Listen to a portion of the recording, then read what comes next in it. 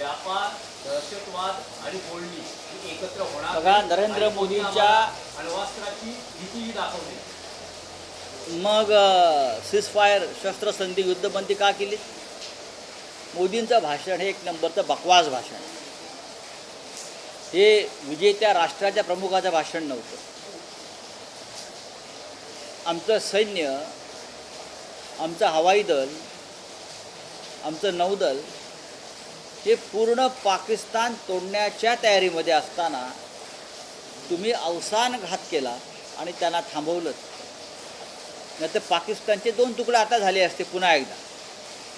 पण काल माझ्या लक्षात आलं, नरेंद्र मोदी, अमित शहा हे फक्त राजकीय पक्ष तोडू शकतात ईडी आणि CBIच्या मदतीने. यांची हैसियत, यांची लायकी ही फक्त पक्ष तोडणं, पक्ष विकत घेणं एवढीच आहे.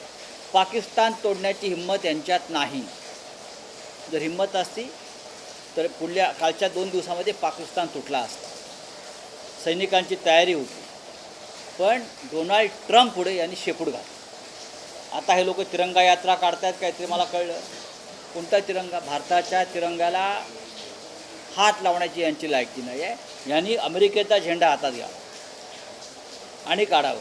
काय इथे यात्रा काढतायत ना कुठे, आणि अमेरिकन एम्बॅसीची परवानगी घ्यावी.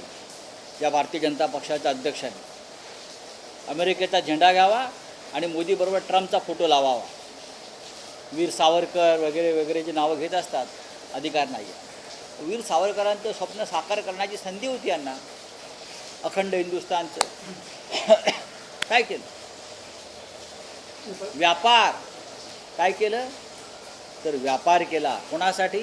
गौतम अडाणीसाठी, अंबानीसाठी व्यापार केला. व्यापार मोठा, देश मोठा नाही यांच्यासमोर. भविष्यात सगळे सौदे बाहेर येतील. आज राहुल गांधींची पत्रकार परिषद आहे, तेही काही गोष्टी बोलणार आहेत. शरद पवारांच्या भूमिकेमुळे महाविकास आघाडी, इंडिया आघाडी अस्वस्थ आहे.